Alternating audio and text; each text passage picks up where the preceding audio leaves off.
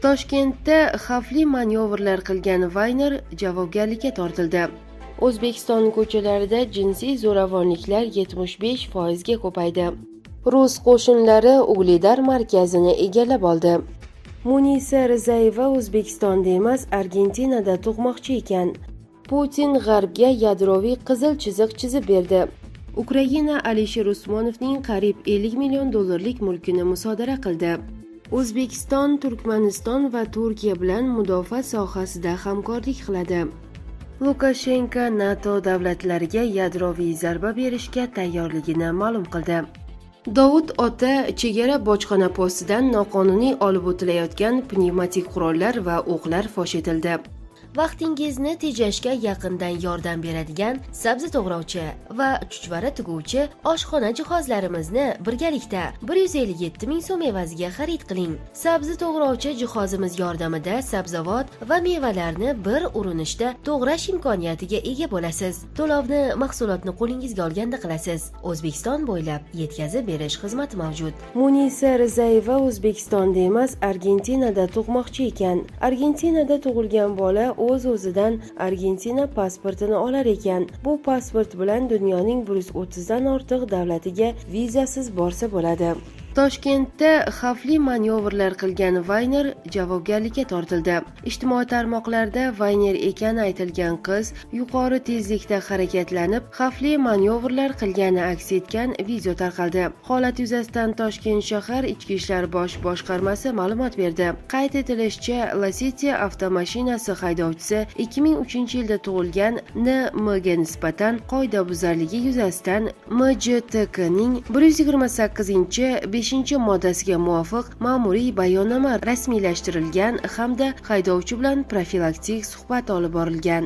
Ukraina Alisher Usmonovning qariyb $50 million mulkini musodara qildi. Ukraina Oliy aksil korrupsiya sudi 25-sentyabr kuni bo'lib o'tgan majlisda Ukraina Adliya vazirligining rossiyalik biznesmen Alisher Usmonov va uning biznes sheriklariga qarshi da'vosini qondirdi va davlat hisobiga 2 milliard grivnadan ortiq miqdordagi mulkni musodara qildi. Bu haqda Ukraina Adliya vaziri o'rinbosari Inna Bogatix ma'lum qildi.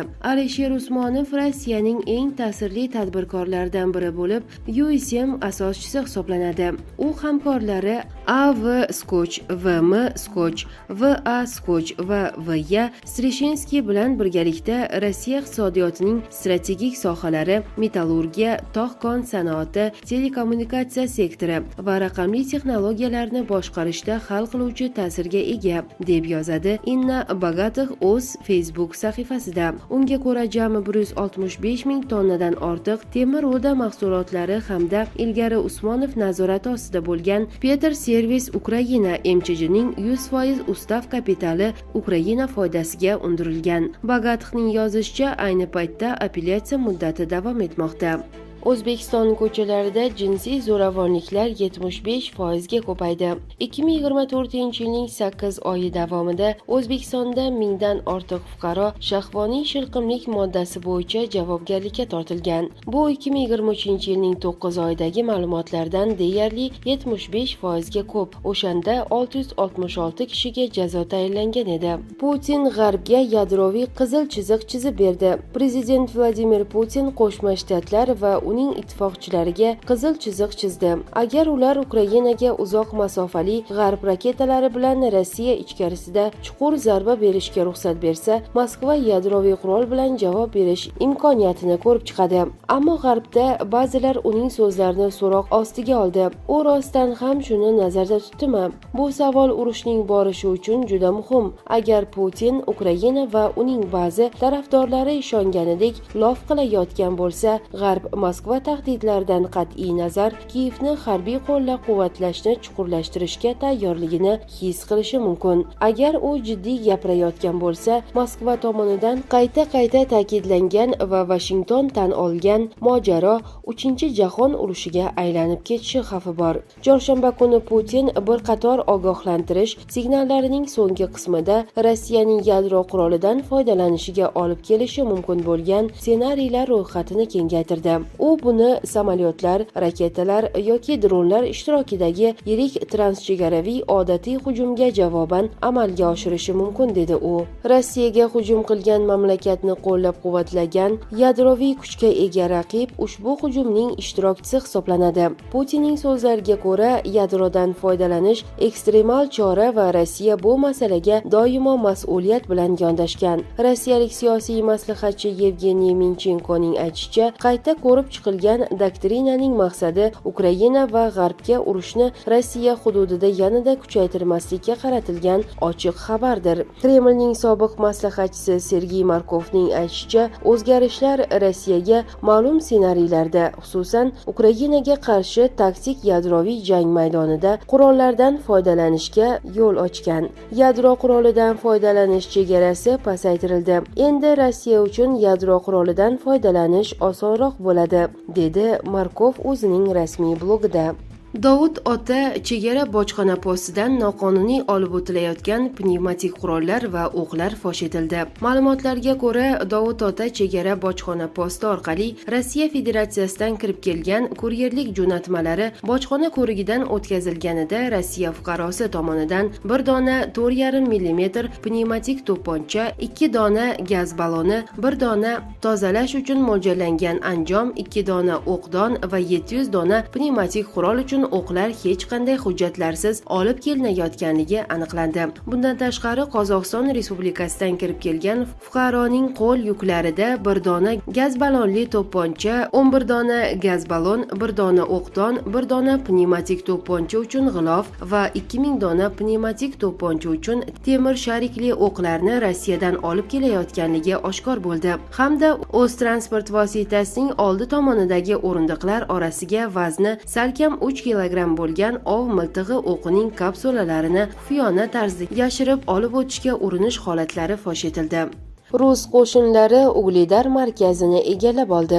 Ugledar uchun kurash hal qiluvchi pallaga kirdi. So'nggi ma'lumotlarga ko'ra, rus qo'shinlari shaharning 50% ga yaqinini nazorat qilmoqda.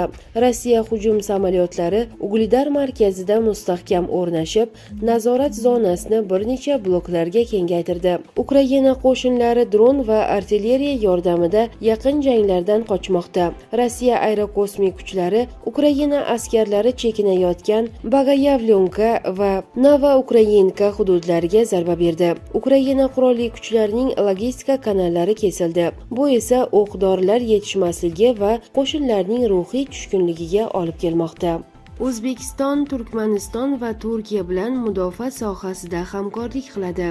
O'zbekiston, Turkmaniston va Turkiya bilan mudofaa sohasida hamkorlik qiladi. Bu haqda Adliya vazirligi xabar berdi. Prezident tomonidan imzolangan qonunga binoan O'zbekiston va Turkmaniston mudofaa vazirliklari o'rtasida mudofaa sohasida hamkorlik to'g'risidagi bitim ratifikatsiya qilindi. Shuningdek, Prezident tomonidan imzolangan qonunga ko'ra O'zbekiston va Turkiya hukumatlari o'rtasida mudofaa sanoati sohasida hamkorlik to'g'risidagi bitim ratifikatsiya qilindi. Lukashenko NATO davlatlariga yadroviy zarba berishga tayyorligini ma'lum qildi.